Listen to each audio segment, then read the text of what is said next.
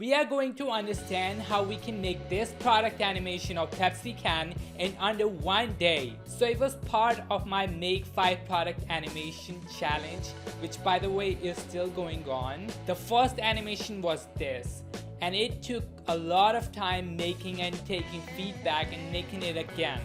Almost a month, which really sucks because I don't think it was that complex. So after that, I wanted to make the next animation in less time. So that's what I tried to do. Let's see the steps I took. Modeling. So if you're trying to do anything in as less time as you can, it is obvious that you have to take shortcuts. So since I wanted to make a Pepsi animation, and my main focus was on showing animation rather than modeling skills, I knew there'd be Pepsi Can models free to download. So I used them instead of making the product from scratch. If you're very new to Blender or any 3D software and just want to practice first, I'd recommend you make it from scratch. But we're saving time here, so that's why I downloaded a model. I think I will make a video on how to make a Pepsi Can model from scratch, which will show up in the info card right about now. But in case it hasn't, and I haven't made it, you can go ahead and search in Google. But anyway, I'll put a link in the description of the model I downloaded. So the time taken to do this process of modeling is 0 hours obviously, but let's just say that it took 5 minutes for the searching on the internet. Next up is textures and lighting. Okay, so we are in Blender and we are showing this is a simple setup that I made, just to point out all the textures and lighting. I did a basic explanation of what I did, because every scene that I did would just follow this same thing, and it would be repetitive to just show every scene and how I did it. So it's just easier to just show you one scene instead. So like for example, here you can see that here's a can, and here are all lighting, and here's this background, like backdrop, or ground, or whatever you can call it. And let's just talk about like this you already know that this Pepsi Can is downloaded, but I also added, if you can see these surface imperfection, I did those perfect imperfection on my own by going here. As you can see that I put in roughness, I added I had some textures. I will put a link in the description of the textures that I use. You can also easily download it from the internet, but these are some textures for surface imperfection. As you can see, these are for smudges and these are for scratches. Like that a Pepsi can or any can would have smudges and scratches on it. It would also have, if it is like if it is cold, if it already has Pepsi in it and it is cold, it would also have condensation, which I didn't put it here because it would have made the project even time consuming, because it would take a lot of time to render all those droplets. But I just did just these two things, smudges and scratches. So so that's what I did. I put them on roughness because the way Pepsi Can is, it shines, and these smudges and scratches would be the things that would be all over the can, and it won't let it shine, so that it would be rough. It would be looking rough like smudges and scratches. So so texture coordinate mapping to smudge, you already I hope that if you aren't been around in Blender, you would know these are just to make sure that it is it is projected perfectly on the can. And yeah, so, and I also added a color ramp so that I can control the amount of scratches and smudges happening on the can. And yeah, I actually used both sorry, I actually used both smudges and scratches and mixed them together to give the roughness. And for normal, I only used scratches because smudges won't, normal, usually normal in this principle DSDF. The normal means like how much, like, all those roughness or all those bumps on the surfaces. That's this normal is for. You can also go ahead and put it on displacement, displacement above the surface, how much the surface is showing up that bumpiness or whatever. But yeah, so basically, if I explain it in a simple language, this is what it is. So the scratches would be the things that would show the bumpiness. The smudges won't show any bumpiness, so that's why only scratches are going to this. And if you've been around in a blender, you know that you have to add a bump node in order to put it on normal. So I did that.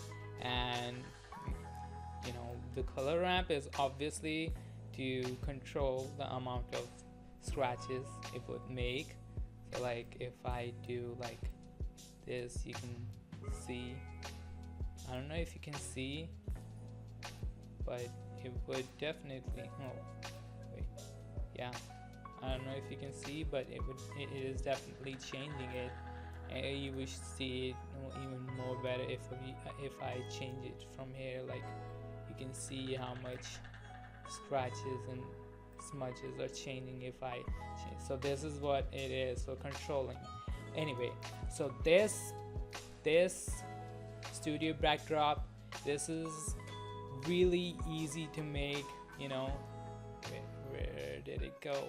Yeah, this is very easy to make. And yeah, so what I did was made it a little shiny, and I added a noise texture, which I input it in color ramp and put it on roughness, so it would show up this like rough pattern on the ground. It almost feels like a ground, like a rough ground which hasn't been processed or whatever it is called in architectural terms. I don't know, masonry term, I don't know. Anyway, so this is what I did, and I can even make it, now it looks like a wet surface, but I didn't want to do that. I just wanted to give it a little bit of roughness, so that's what I did. So yeah, so these are the two main texture thing that I did. Everything is more or less this in all the scenes. And yeah, so the scenes, the camera, I'm sorry, the lighting, yeah, the lighting that I did is a very simple one. Like I put one here, one there, and one on top. I think this is one of the most basic lighting setup that you will see, that like on the left, on the right, and on the top. So if you can see in the render view, you can see that this is the lighting, and I've changed all the power of lighting. This is not to scale, let me just tell you. That's why this is such an astronomical big number here, but this is not to scale. So I was doing it very fast, very quickly, so that's why I didn't care about measurements here. But yeah, these are 3 lightings that I did, and you can see that if I remove 2 of them, This is how it looks. Now it kind of looks like a little dramatic, but yeah, basically this is what I did in all those animation, all the renders. So the time taken for this process is about 1 hour, and I'm including the time taken for all the 9 scenes. Alright, so the next thing is animation. So I usually say that storyboarding is very important because it saves time in long run. But to make a storyboard for this animation and do it in under a day, it would have been very difficult. So that's why I skipped making a storyboard. So instead, I collected several references and created a mental storyboard in my head from that and proceeded. There are about 9 scenes in this, so let's take a look at each of them one by one. Alright, so the first animation is very simple. The only thing that is animated here is the camera and the lighting. What I did here was like, it won't show here, it won't animate here, it would only animate in render mode when it is rendering all the frames. But what I did is, at first I, turned all the lights off, and I only, added this light, which is giving it a dramatic effect, right? So that's what happens, that it will show like this, and then after that it would just turn on all the lighting while this camera is moving, in front like this. That's the basic setup. That's the basic animation that is going on here. Nothing special, but yeah, even after that, like even if it is very basic, it still looks good, I guess. Okay, so in the second scene, as you can see, I don't know if alright, let's just get out of camera mode, then you would be able to see. As you can see that the camera is rotating. I mean, that's one of the first thing that is different in this scene, that the camera is rotating as well. And while the camera is rotating, these two are also rotating.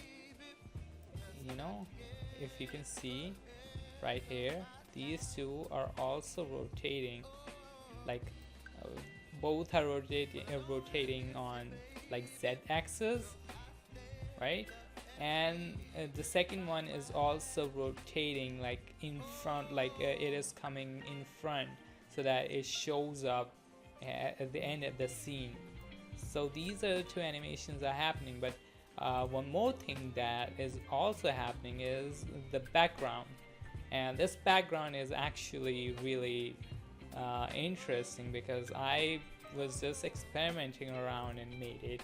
Like, it has nothing, but what I did was like, I used the magic texture here. Like, I used this magic texture and I input it on color ramp so that it would have two values of yellow and blue, and I added an emission node so that it would shine, so that we can feel like it is a screen instead of just a background, so and then like I put it on output. So that's how it happened, like that's how I did it. So yeah, you can see how it looks like. Yeah, this is what it is. Okay, so the camera, the camera for this is very weird. Like, the camera angle for this is very weird. Right now, as you can see, that the camera angle is very weird for this, but basically what it is that you can see that this is just Pepsi Can, all the Pepsi Can that I used every modifier on it and put it on like everywhere, like down there. And this is just a Pepsi can that is rolling on it, like like this. And I just tracked it with the camera. Like, track the camera on this Pepsi can while it is rolling. And yeah, basically that's what it is. And I just sped up the the tracking in the very end so that I can use it as a transition from one scene to another, so that the end of it, like this, would start from the start of the next scene. So that's what I did here. And the lighting is, basically all the lighting is just the same, or maybe I just experimented a little bit. And I think there is, everything is, all the other things are just same. Everything is same. Like, yeah.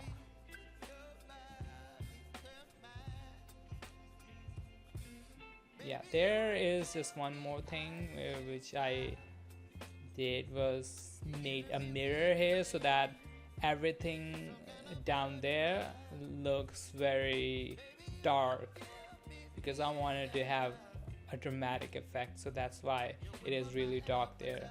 It is basically just a mirror, as you can see that it is mirroring all the things here.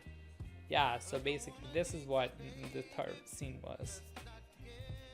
Alright, so this fourth scene, as you can see that it is starting with real fast camera movement here, because it has to, the third scene which ended really fast, so it had to like transition smoothly, so that's why it had to be fast in the beginning as well.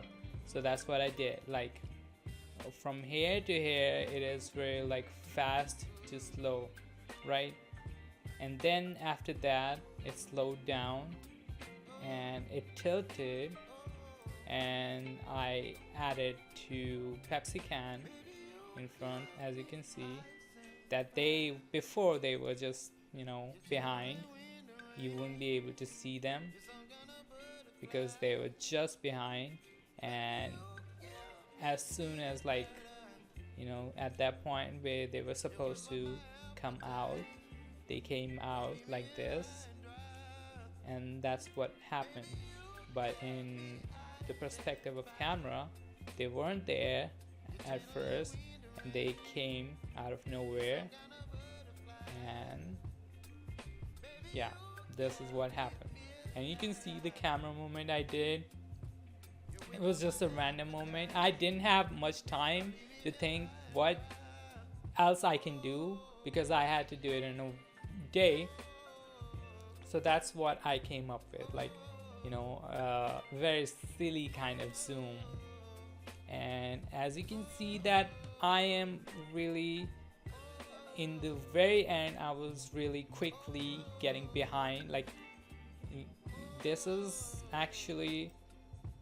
had a reason, because I was about to put this can in the really end of the frame. Like it is at that point, it is actually animated so that it won't show in the render, but in the really end it would just show up, by the animation, and it would show up, and it would show right about here, and this would actually transition into the fifth scene, which really starts from here, as you can see, as you will see in the fifth scene.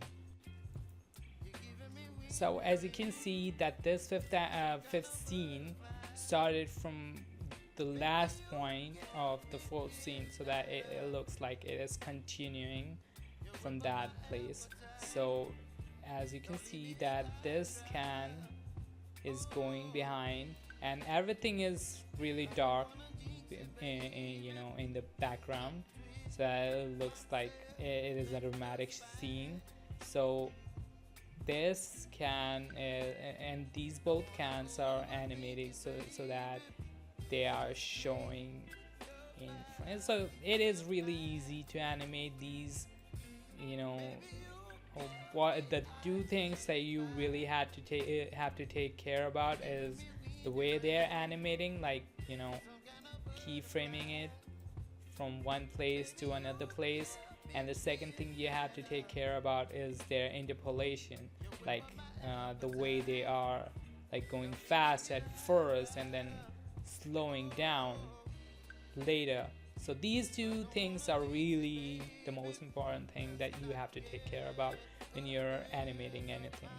So as you can see that it is just animating to be right here. This 16 is nothing that really great, like it is really a simple pan, you know, panning the camera from one place to another. Like it is just a simple, there's nothing really mind-blowing here, just a simple scene. It's just you can say that it is a filler. Yeah, that's what it is, I guess. And this is, as you can see, that it is kind of a close-up shot. Like it is just a close-up shot, and only the camera is animating from top to the side. That's what is happening here right now. And yeah, I thought that it would be amazing. It would be an amazing shot, but I guess because of the time constraint, you know, because I thought that I was going to do it in under a day, it didn't look as great as I thought it would look, because I was taking references and those references were really great, and they were showing really great shot here in this way. But I guess my problem was that the lighting was not up to point. I guess, I'm not sure, but I'm thinking that it was that thing, because here it looked really, I don't know, it looked really cartoony for some reason. I don't know if it looks cartoony to you, but for me it feels really cheap for some reason. Yeah. This is kind of similar from the first scene, because this is the same thing that is happening here. Like this is really kind of same thing that is happening here, like closing up, like zooming up to a Pepsi can. But the main difference, I guess, here would be the first is that there are so many cans right here, and there's no, you know, lighting technique that I did in the first scene. But the other thing that is really different here is that I added, as you can see, that these look blurry. It is because I added depth of field, I mean, on the camera, as you can see. Let me just show you. Yeah, this is the camera, and as you can see, I added a depth of field of f-stop really low, like 0.2, so that everything looks blurry. And while I'm zooming it really fast, like it is going slow, it is starting slow and going really fast, like the max speed would be here, like when it is going here, so that I can transition to the next scene. That's why these camera speeds are for, so that it can transition from one scene to another while looking a smooth transition. So yeah, so I guess these are the simple things that I did, and it really looks good, I guess. Yeah. And the final scene is kind of simple, I guess, because it is like there are 2 to 3 things that is different. Like first of all, in this scene, it is just a simple scene of like this Pepsi can sliding it to the center of the screen, and really, I guess, fast at first, and it slows down smoothly in the end. and while it is doing that, the camera is also slowly moving away, like really slowly. And the third thing you would see here is this ground, which is before it was blue, but here I wanted to put most attention on Pepsi Can, like most attention, so everything is black. Everything is black. Actually, if you would see it in the final scene, the background is also black, so everything is black instead of except this Pepsi Can. So this is what I wanted to do, so that it shows just Pepsi Can as the main focus and everything's just black. Yeah. So the time taken to do animations would vary a lot, but in this animation, in this whole project, the animations weren't that complex. So I would say that it took an average of 1 hour per animation, per scene, and there are 9 scenes. So I would say that it took 9 hours to make animations, and I would also add 1 hour to it so that we can, take account of all the video editing we did or post-processing we did to make this animation fully. So let's just say that the time taken for this process is about 10 hours. Okay, so finally it is rendering. Now rendering is dependent hugely on the computer. If you have a slow PC, it definitely won't be happening. This project would not happen in one day, because it would take a long amount of time to render all the animations, all the frames. And but if you have a fast PC, maybe you can do it. And also there are cloud rendering systems, the cloud rendering services that you can use. You can give your project files to them and they would just give you back the rendered animation for you. It would eventually cost you money because their free credits exhaust. They get exhausted very quickly. I've used some cloud rendering farms in the past, and in my experience I liked garage farms, but it is just my experience. There's no sponsor or anything.